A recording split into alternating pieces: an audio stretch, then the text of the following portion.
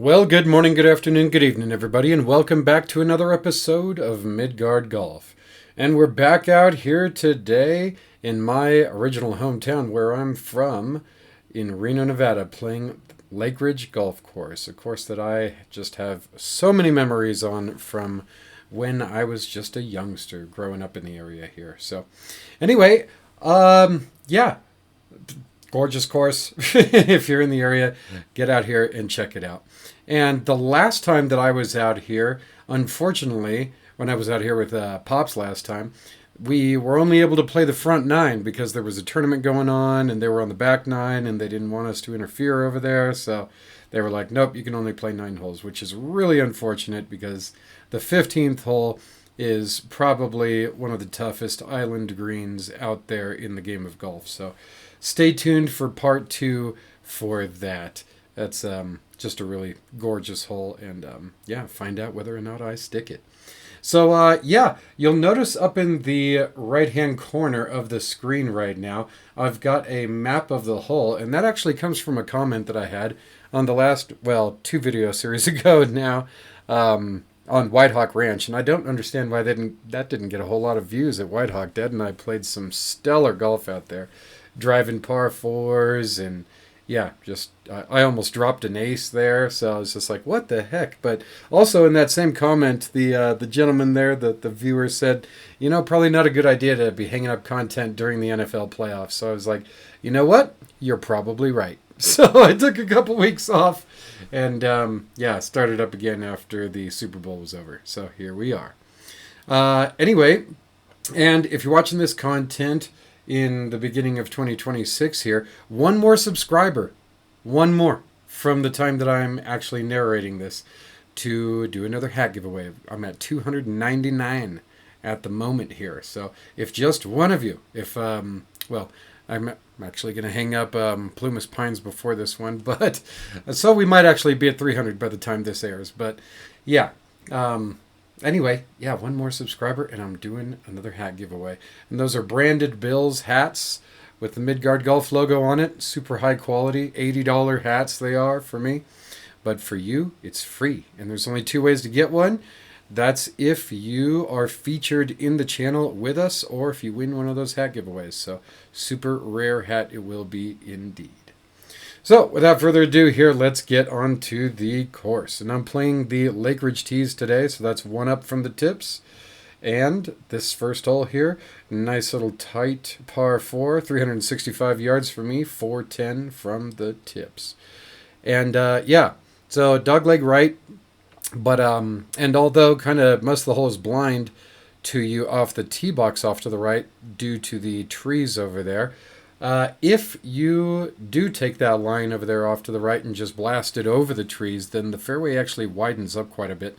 For a nice, wider landing zone. So highly recommend taking that line. But if you just want to go straight forward, as the red line up there in the corner there suggests, then too easy. However, if you do take that line with like driver and you happen to bust one a good long ways, you could end up in the little creek that kind of splits the end of the fairway plus a little bit of rough and the remainder of the hole leading up to the green. So anyway, I would suggest if you're a big hitter, not taking driver on this hole just because pretty good chance you're going to end up in that creek, and that's just a shame. So anyway, long iron, lay it up. Put it over that right side there and give yourself a nice flipper up onto this green. Steer clear of the bunkers that guard the front left, front right, and back, kind of right center of the green, and you'll be home free. So, without further ado, I got the 4-iron in hand. Let's give it a rip and see what we can do on this first beautiful hole. Let's check it out.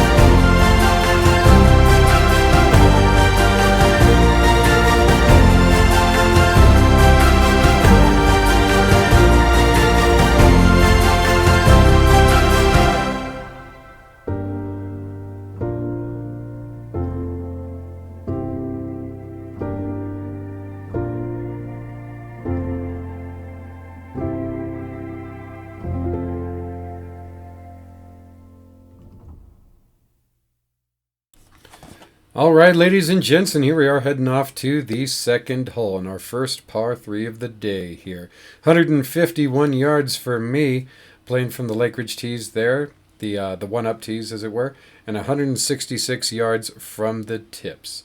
And while the tips is, well, that tee box is far off to the right from, my tee box series over here. Yeah, I mean, it's just not that big of a deal. It's pretty much the same shot at this rather sizable green indeed.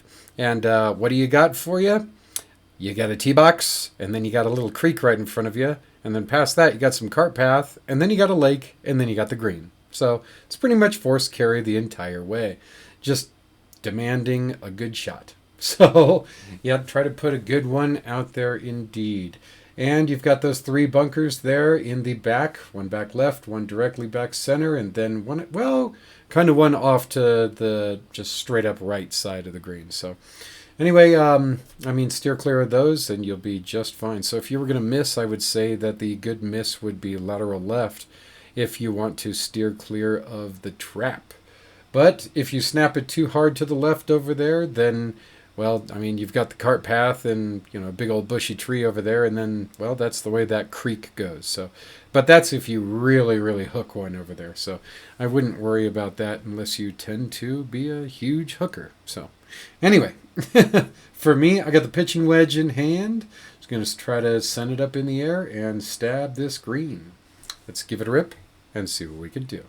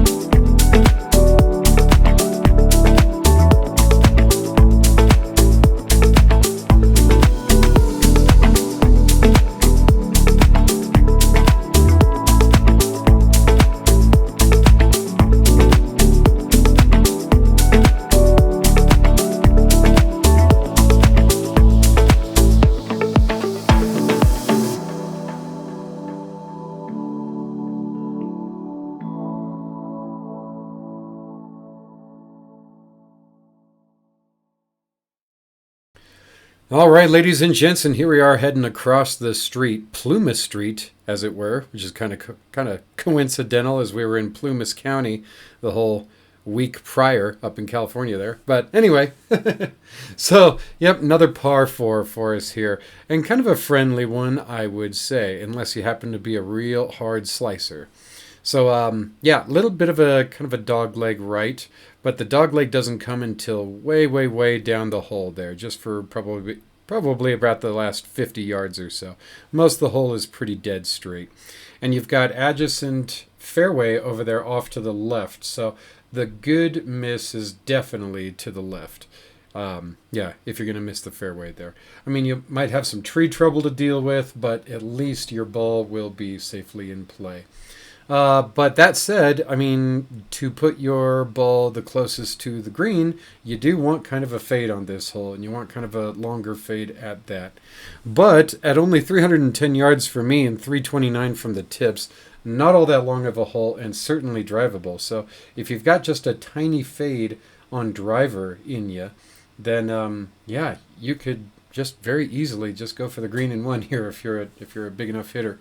But yeah, I mean, if you do happen to miss a little too hard to the right and you're going for that fade shot, then good chance that you could end up in the one fairway bunker over there, kind of at the dog leg off to the right.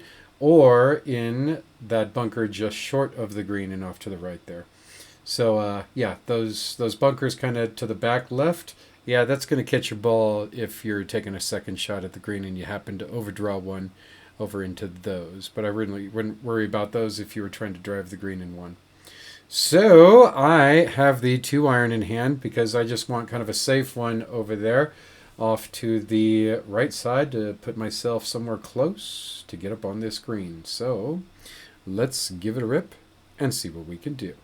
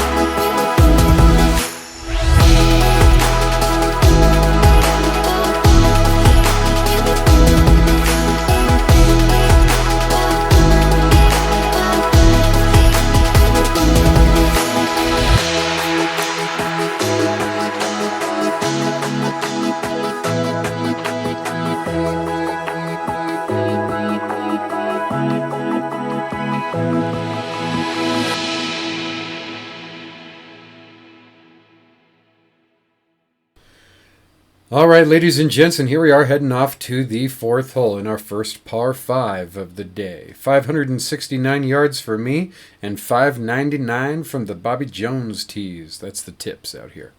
So, yeah, not a very gettable par 5, I would say. It's a hard dog leg right, and the dog leg comes up way early in the hole there. So in order to give yourself a, fair amount of yardage down the fairway, in order to give you a, home in 2 attack range, then you're pretty much going to have to hit a slice down there. And, well, a slice takes off a lot of yardage, so that's kind of a losing proposition. But you can see there on the map in the upper right-hand corner of the screen, you've got a couple of bunkers to deal with right at the dog leg there off to the right side, and then you won't see another bunker until you get darn near to the end of the fairway off to the left side. And then once you make it to the green, you'll have a bunker just in front of the green and off to the right, and then a couple more in the back. So I think most people are probably playing this shot with a layup shot, actually, unfortunately. I know you don't want to hear that in a par 5, but it is what it is. Just to the elbow there. And then, or maybe hitting a fade of something, just a nice cozy fade like I'm about to with the 2-iron. And then just ripping one for the second shot and trying to give yourself a close shot to get up there and get on the green in regulation. And the green's kind of on a plateau as well, so no help to try to run one up there, especially since you have some rough length grass between the end of the fairway and the green and going uphill. Bad combination to try to get one to scurry up there for a kind of a rocketed shot, low rocketed stinger, if you will, making it roll. Yeah.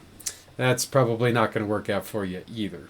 But if you do happen to just absolutely nuke a 3-wood or, whatever your, biggest horsepower club is under driver, or driver off the deck if you're good at that, then you just might get home in two. So worth a shot indeed. So I have the 2-iron in hand. Like I said, let's give it a rip and see what we can do. Going for that little buttercut. Let's check it out.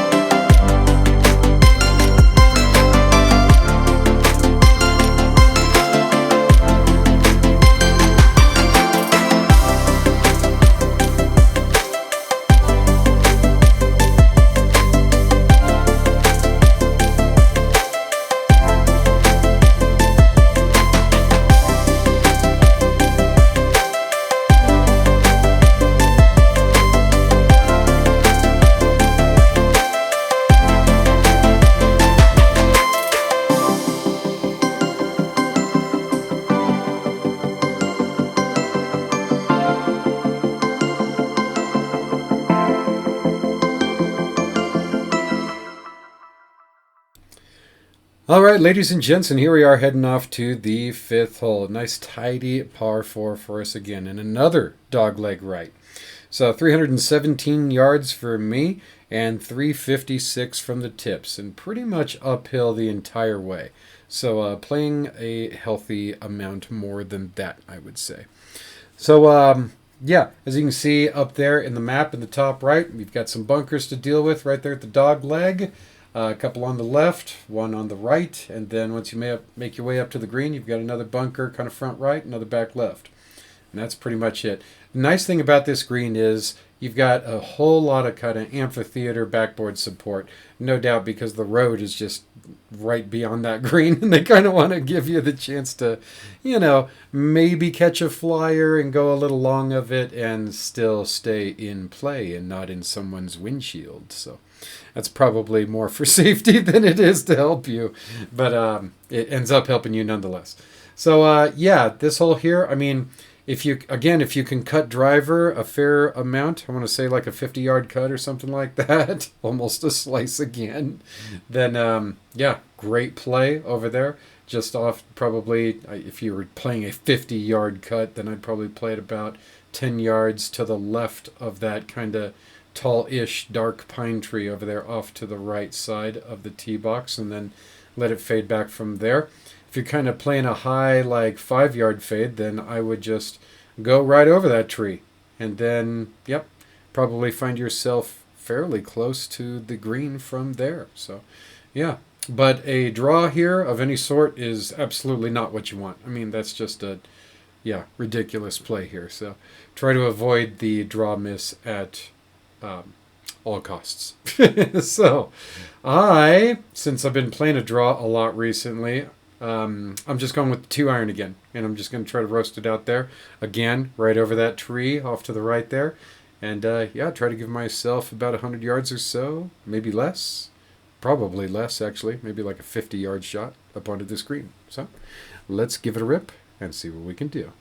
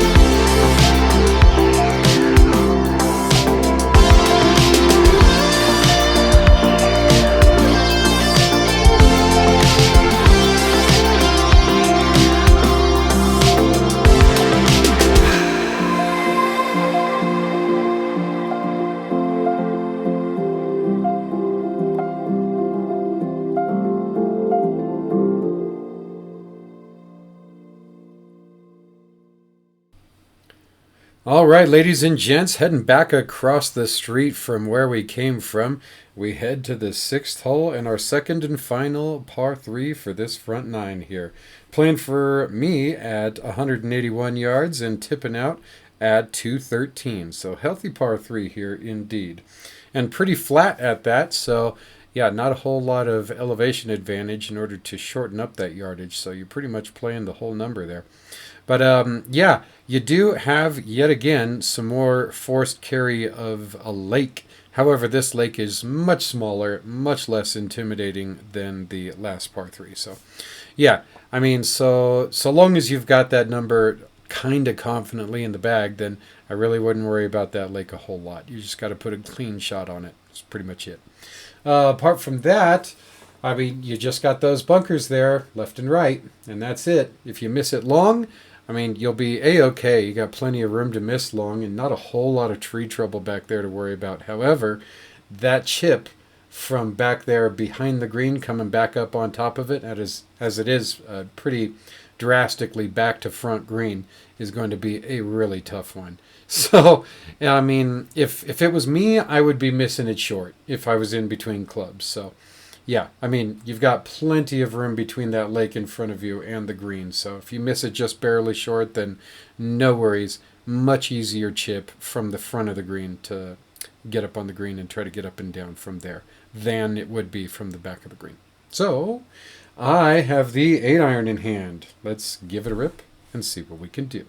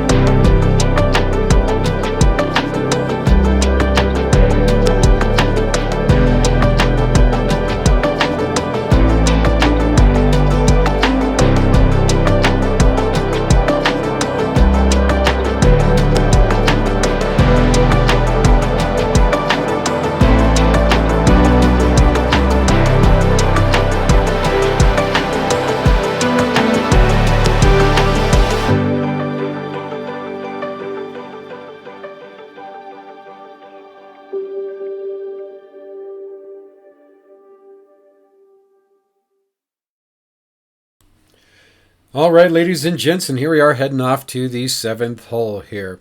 Nice, beautiful par 4 for us. One of my favorite holes on this course, no doubt. Certainly the front nine. 359 yards for me, 381 from the tips. So, yeah, and pretty straightforward. I mean, not really any dogleg to speak of. The fairway, however, does narrow up the further you make your way down the fairway. So the further you hit the ball, the more accurate you have to be in order to have a fairway lie to get up on the green. That said, there's more room to miss to the right than there is the left. The left probably puts you in somebody's living room, so I would not go for a draw here, at least not a draw shape aimed straight down the fairway. If you're going to hit a draw, you got plenty of room to do so. Just, take that right line, and if you happen to send it out there straight, well, you'll be in the rough, but you'll be just fine because you got the adjacent hole, the number 8 hole, just next to you over there off to the right, and plenty of room in between. So, I mean, even if you do carve one over there off to the right, pretty good chance that you're not even going to be impeding their play for the group in front of you. So, no big deal. Let's see here. That said, you will have a pretty significant amount of tree trouble over there off to the right if you do happen to get over there. That is unless you really pound it down there. I want to say probably around, from my tees, about 320 or better. From the tips, 340 or better in order to clear yourself of the tree trouble. However, the further you go down there, then the more of an uphill kind of awkward shot you're going to be having to get on the green out of the rough lie down there. So, I mean, it's not the most ideal position to be in, but at least your ball is going to be safe if you're off to the right. So that's the way I'm saying is the good miss. Once you get up there, you've got a little bunker over there off to the left of the green naturally, as you can see on the map up above there, and then 2 off to the right. And that's just about it. And I know I told this story before, the last time that I vlogged at least this front nine, but I'm telling it again, just in case you didn't see that last vlog. So, yeah, back when I was a kid, I was like a teenager. My buddy Carlo in high school, we were both on the golf team together at Worcester High School in Reno there. So we were out here playing also with our buddy Dustin, another buddy of mine I went to high school with. And, yeah, Carlo was just a really good stick back then. And he probably still is. I haven't talked to him in years, but he's probably still a good player. But so he had a beautiful drive out there and a beautiful approach shot. And, yeah, we were sure it was on the green. We get up there, we're looking for his ball, and it's nowhere to be found. We're thinking it must have gone off to the back right or something, which is where the pin was that day. And so we're all looking around and whatnot. And, of course, jokingly, Carlo's like, I'm going to check the hole. Goes and checks it, and there it is, in. So, first of my buddies to make a hole-out eagle that I ever witnessed in person there, long before I did. So, yeah, anyway, pretty cool shot Carlo had on this hole to scratch a 2 on the scorecard. Only 2 I've ever seen on this hole. So, anyway, without further ado, driver in hand, finally. Let's give it a rip and see what we can do.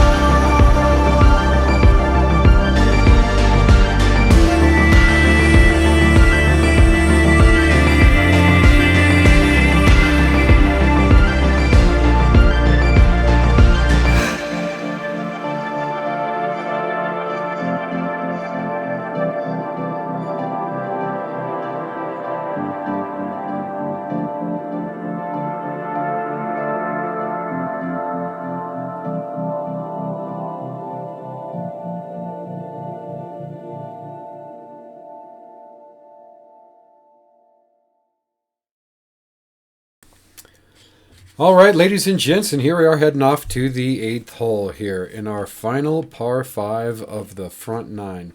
And a beautiful one it is. I just love this hole. Playing for me at just 487 yards, pretty short, and tipping out at just 536. I mean, from the tips for a par 5, I'd say that's pretty short too. But yeah, so definitely gettable from my tees. But from the tips, maybe not. You might be forced to play kind of a layup there, depending on how gutsy you are.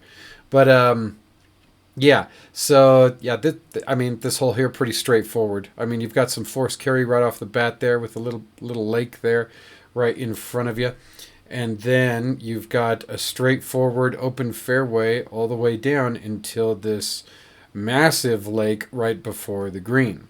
So yeah, just difficult.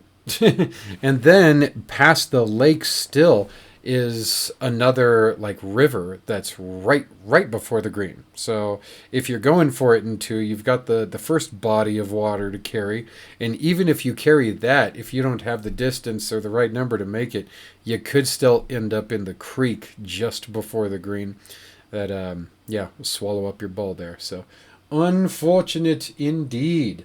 One single bunker to worry about on the entire hole, and that's just the bunker behind the green. And really, if you happen to end up in that, that's kind of nice, because there's sort of some there's some marshy, deep stuff back there behind the green too that you don't want to find yourself caught up in. So anyway, sticking the right number on this green is kind of important, I would say. But I mean, that yellow line over there off to the map, that's the line I like to take and just go for it in two, provided that I get enough on my drive to do so. So I'm looking for my comfortable number here, I'm looking for about 200 yards or less on into the green in order for me to make the decision to go for it, just because I find that with that kind of trajectory, I can stick it more often than not. But if it's any further than that, then typically speaking, I'm going to lay up and just get on in 3. So, depending on the type of drive that I get. So, driver in hand, and oh boy, I want to get on this green in 2. So, I am just going to rip it as hard as I can and try to pound it down there as far as I possibly can. Keep it to the right side if I happen to miss, because that's the only open area really to miss. And yeah, see if we can't get on under regulation. So let's give it a rip and see what we can do.